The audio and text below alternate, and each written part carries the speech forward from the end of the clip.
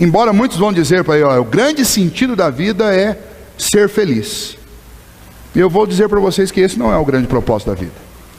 E vou dizer mais, eu vou dizer que você só pode ser feliz se você parar de correr atrás da felicidade. Você só vai ser feliz se felicidade não tiver como aquela cenoura na sua frente, como se você estivesse correndo atrás dela. Felicidade é alguma coisa para você viver agora, aqui, fazendo o que você está fazendo. Felicidade é ter um propósito que não seja felicidade. Então quando eu digo para vocês, viva com um propósito, eu não estou falando para você, corra atrás de ser feliz a qualquer custo. Isso aí vai levar você para uma situação desagradável. Quando você encontra alguém fazendo uma coisa muito absurda, e essa coisa absurda choca as pessoas, ao ponto disso de repente parar num jornal nacional, num site de notícias, você pode ter certeza que esse não é um bom caminho. Em busca da felicidade, dessa tal felicidade, pessoas que podem ser consideradas perfeitas, fazem loucuras, como essa, que é a notícia toda hora, essa modelo que aplicou um gel lá na perna e está a ponto de perder a perna. Para quê? Simplesmente para que talvez alguém olhe para ela e enxergue e veja, você é perfeito, e essa frase vai deixar felicidade? A filosofia do Faustão, ela só funciona no domingo à tarde. Aquela coisa de que faça qualquer coisa, porque o importante é que você seja feliz, não importa o que você queira fazer. Isso é absurdo, isso não é uma boa proposta para a sua vida. Um autor chamado Rick Warren escreveu um livro que é um best-seller chamado Vida com Propósito. Ele disse o seguinte: se você quer saber qual o seu propósito aqui neste planeta, aqui neste universo no qual nós vivemos, você vai precisar começar considerando a palavra Deus. Por quê? Porque Ele é o Criador de todas as coisas. E eu não vou conseguir entender e nem estabelecer para a minha vida um propósito que de fato vai me trazer realizações e vai me permitir viver feliz, independente de qual estágio eu esteja deste propósito. Eu só posso conseguir isso a partir de Deus, porque Ele é o Criador, Ele é o inventor da vida. Ele é aquele que fez cada um dos detalhes do meu ser. Ele é aquele que trabalhou tudo isso, pensou tudo isso, escreveu tudo isso, determinou tudo isso antes que qualquer coisa houvesse.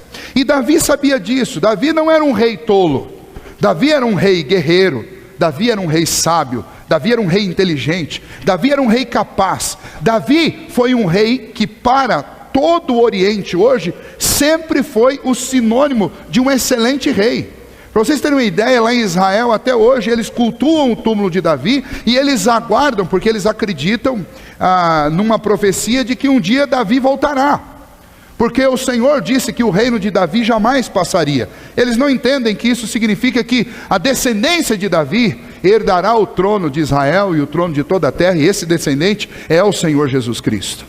Eles não entendem isso, mas eles são aficionados por Davi. Ora, um homem como Davi não chegaria a ser rei e não seria tão ovacionado, tão desejado, tão elogiado como ele é até hoje, se ele não fosse alguém sábio. Então quem escreveu essas palavras aqui não foi um tolo, mas muito mais do que isso, quem escreveu essas palavras do Salmo 139 foi inspirado por Deus, foi Deus que o inspirou para escrever isso.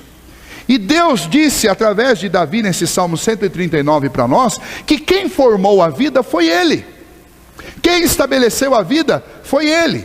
Esses dias eu estava pregando sobre isso para um grupo de jovens lá na chácara, e um deles me questionou: mas pastor, como é que o senhor associa isso com o que a ciência diz?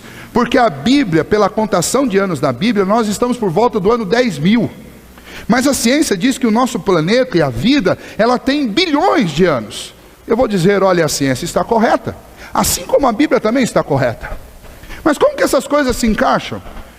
Eu não posso fazer um tratado disso daqui hoje. Lá eu trabalhei com eles 3 horas seguidas sobre esse tema. Mas eu posso, só para adiantar o assunto e talvez despertar a sua curiosidade, para a gente falar um pouco sobre isso depois. Veja só, pelo relato bíblico, se você encontrasse com Adão um dia depois da criação, e você fosse interrogado por uma terceira pessoa, quantos anos você acha que ele tem?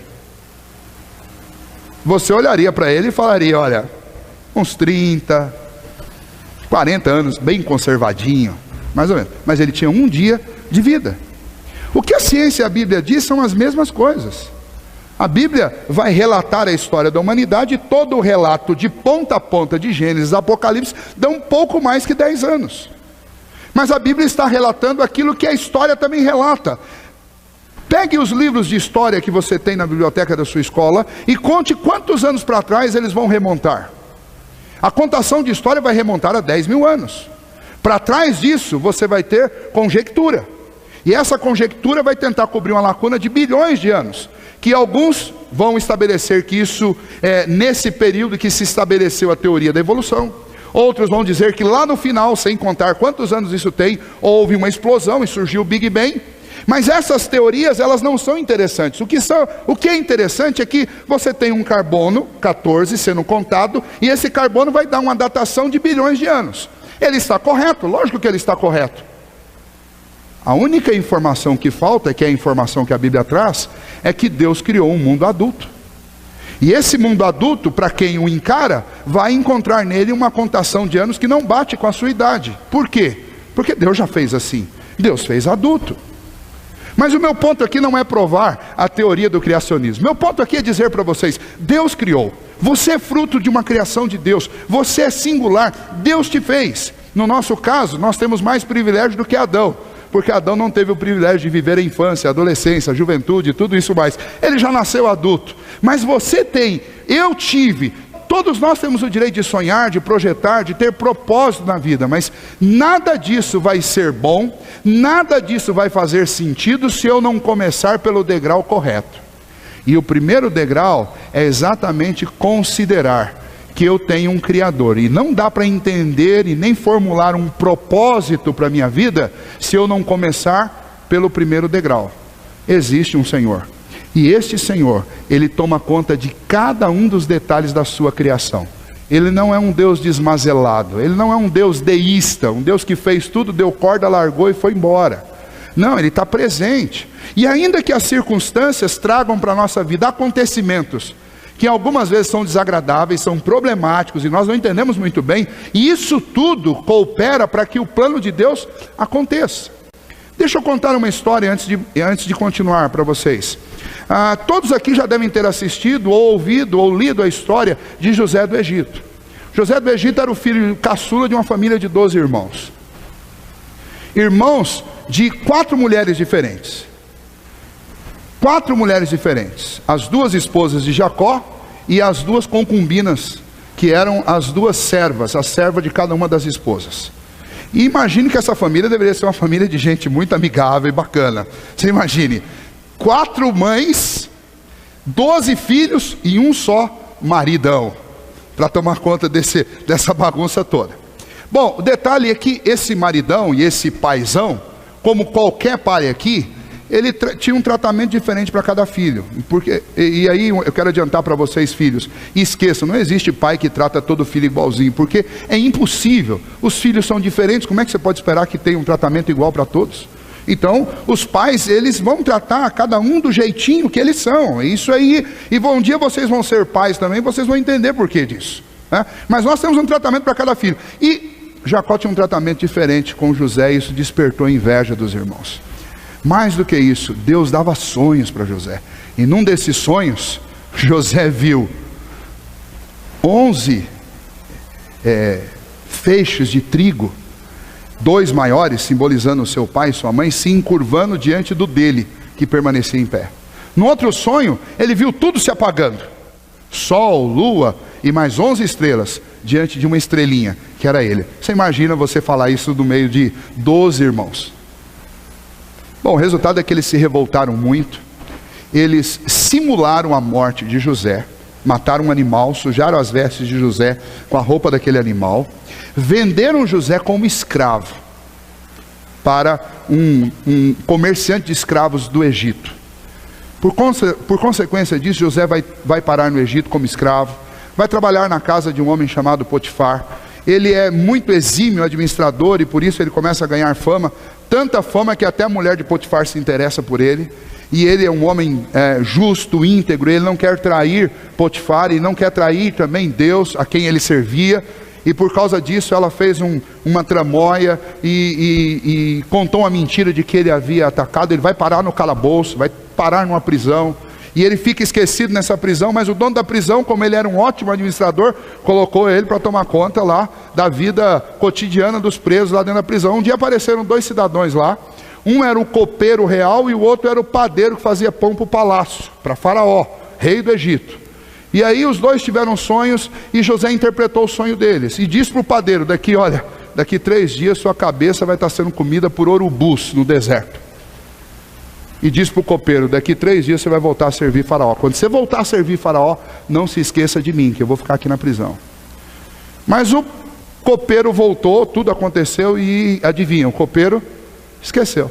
E foram passando o tempo. Até um dia que Faraó teve um sonho em que ele viu 7 vacas gordas comendo 7 vacas magras. Aliás, 7 vacas magras comendo 7 vacas gordas. 7 espigas vazias comendo 7 espigas cheias.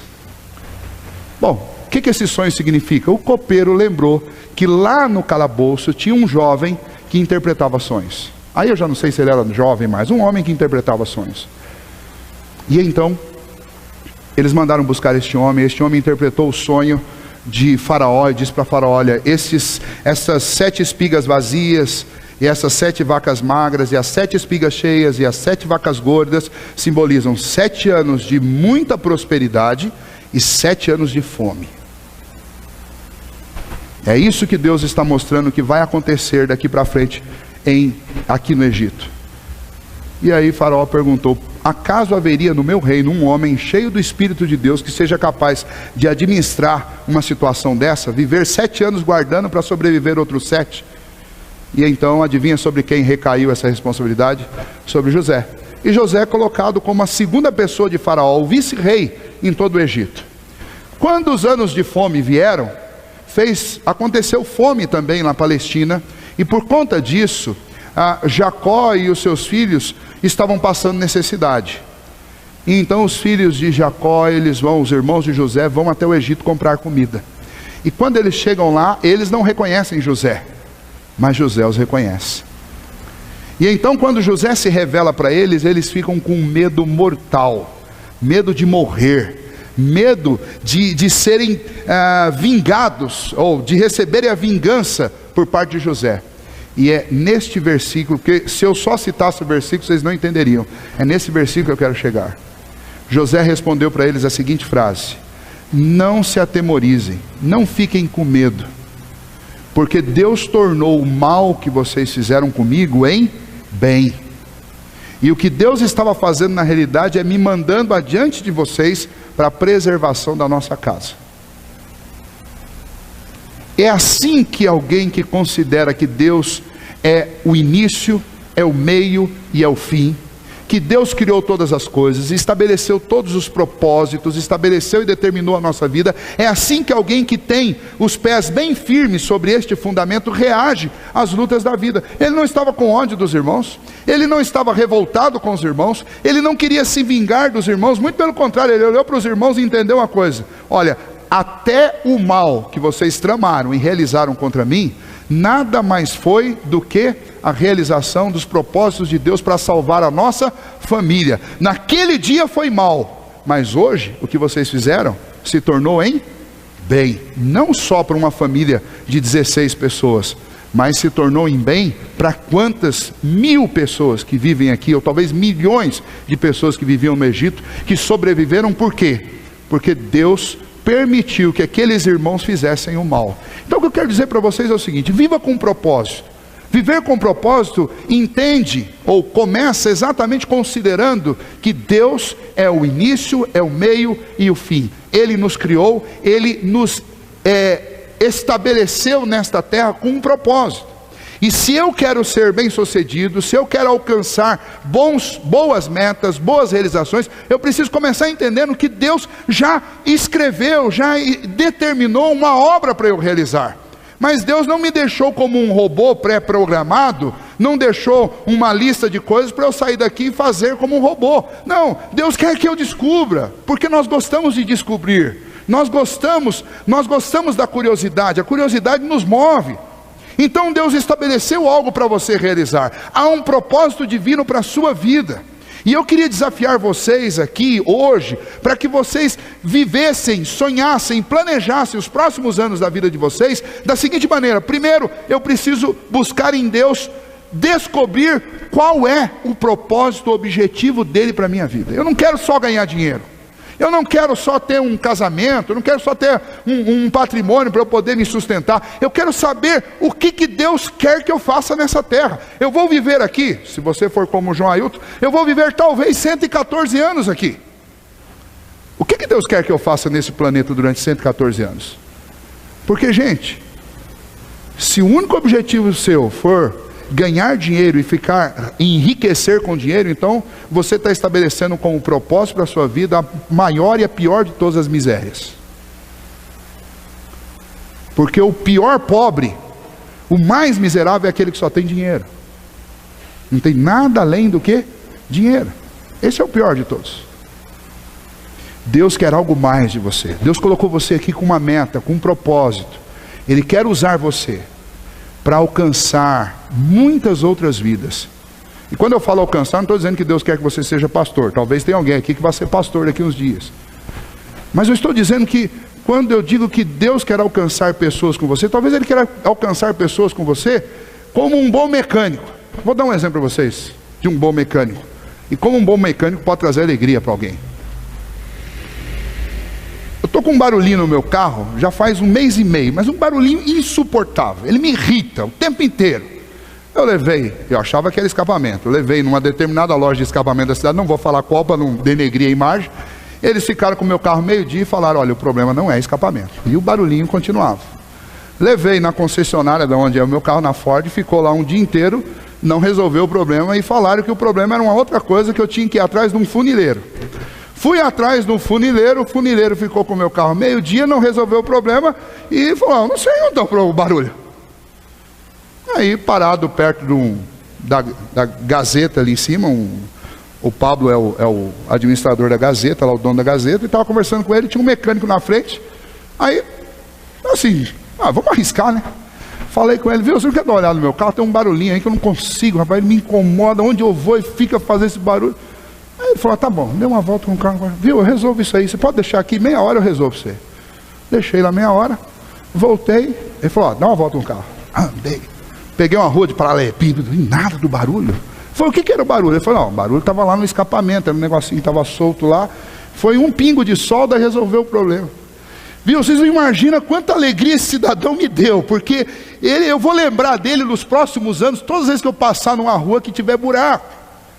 Aí ele falou quanto que foi. Quando ele falou o valor, eu falei: mas rapaz, mas vale muito mais do que isso que você fez. Você não precisa ser um médico, um pastor, um engenheiro, alguém dessas necessidades extremas, para que você cumpra um propósito. Basta que você, naquilo que você faça com excelência. E entra o segundo aspecto do que eu queria dizer para vocês. Primeiro, você deve entender que Deus tem um propósito para a sua vida. Segundo, você deve entender que você será um mordomo de Deus sobre essa terra, aonde Deus te colocar. Ser mordomo de Deus significa o quê? Você vai agir em nome de Deus para abençoar a vida de pessoas. Lembre, Deus fez de você um mordomo. Descubra em qual setor Deus quer você sendo um mordomo dele. Talvez Deus queira você como mordomo dele lá no setor da construção civil, talvez lá no setor da saúde, talvez no setor da educação, tão carente como está, talvez lá no setor da indústria, talvez no setor da política. Por que não? Nós estamos precisando de homens que, ao olhar para eles, você lembre de Deus, porque infelizmente os que estão na nossa política não nos lembram Deus, muito pelo contrário. Deus tem um propósito para a sua vida. Conheça esse propósito de Deus, procure saber qual é, e ao descobrir, viva como um mordomo de Deus. Como você acha que Deus trataria uma pessoa? É assim que você deve tratar.